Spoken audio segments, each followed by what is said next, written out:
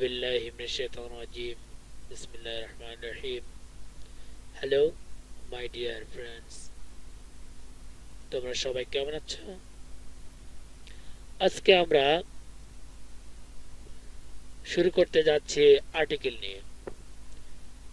আমরা বিভিন্ন ভাবে বিভিন্ন ধরনের আর্টিকেল বিভিন্ন শিক্ষক আমাদেরকে শিখিয়ে থাকেন, কিন্তু আজকে আমরা একটি ব্যতিক্রম ভাবে আমরা আজকে আর্টিকেল শিখব। যেমন আমরা 3 কথার ভিতরে আর্টিকেল ইনশাআল্লাহ শেষ করব। বাওয়েল এর পূর্বে সব সময় N.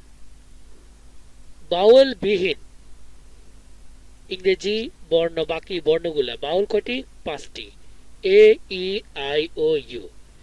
A E I or I O এই 5টি বাউল বিহীন বাকি যে 21টি বর্ণ রয়েছে, যেমন B C D F G H, এগুলোর পূর্বে সবসময় এ বসবে। আর দিটা বসবে sun, moon, Quran, Gita, Bible, sea, earth, sky, Andaman, Nicobar, এই ধরনের নদী, সমুদ্র, পর্বত, গ্রন্থ, মহাকাব্য, ইংরেজি সংবাদ ইত্যাদি নির্দিষ্ট কোনো কিছু বোঝাতে কি বসবে? দি বসবে। কোন জিনিস যেমন একটা আছে, যেমন সান একটি মাত্র, এর পূর্বে দি বসবে। তাহলে চলো আমরা এক্সাম্পলের মাধ্যমে শুরু করি। আমরা প্রথমত জানি article A N the K article বলে। প্রথম রুলস, বাউল সাউন্ড পাওয়া মাত্রই আমরা এন বসাবো। কি বলছি?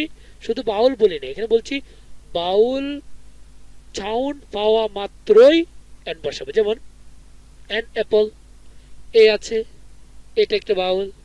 অরেঞ্জ এর পূর্বে এন বসছে কেন? ও ভাওয়েল। আইসক্রিম, আই একটা ভাওয়েল, এর কারণে এন বসছে।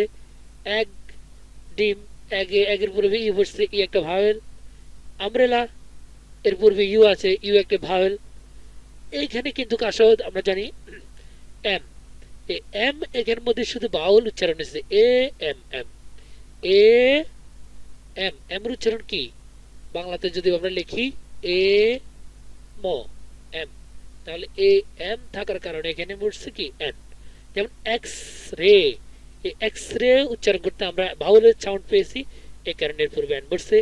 এল, এল এল বি, এই এল এল বির পূর্বে এল, এল উচ্চারণ করতে আমরা বাংলা যখন লিখি তখন এ ল, এল থাকার কারণে আমরা এন উচ্চারণ করছি। এম এ, এম এর পূর্বে এই এম উচ্চারণ করতে আমরা এর উচ্চারণ পেয়েছি, আর এটা হলো ভাওয়েল।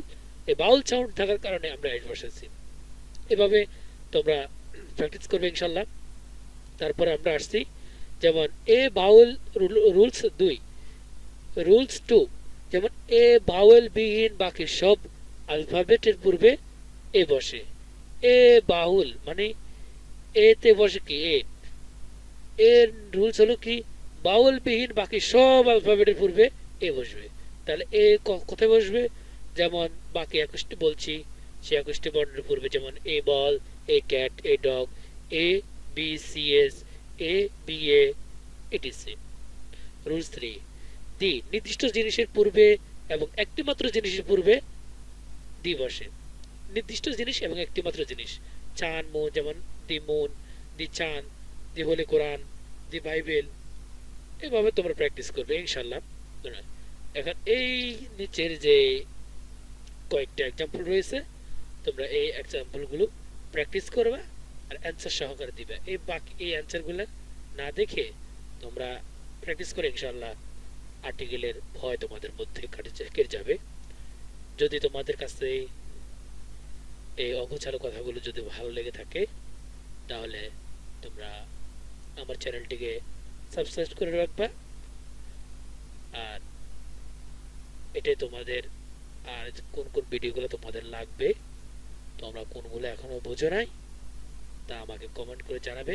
ইনশাল্লাহ আমি দেওয়ার জন্য চেষ্টা করব। All the best. আল্লাহ হাফেজ।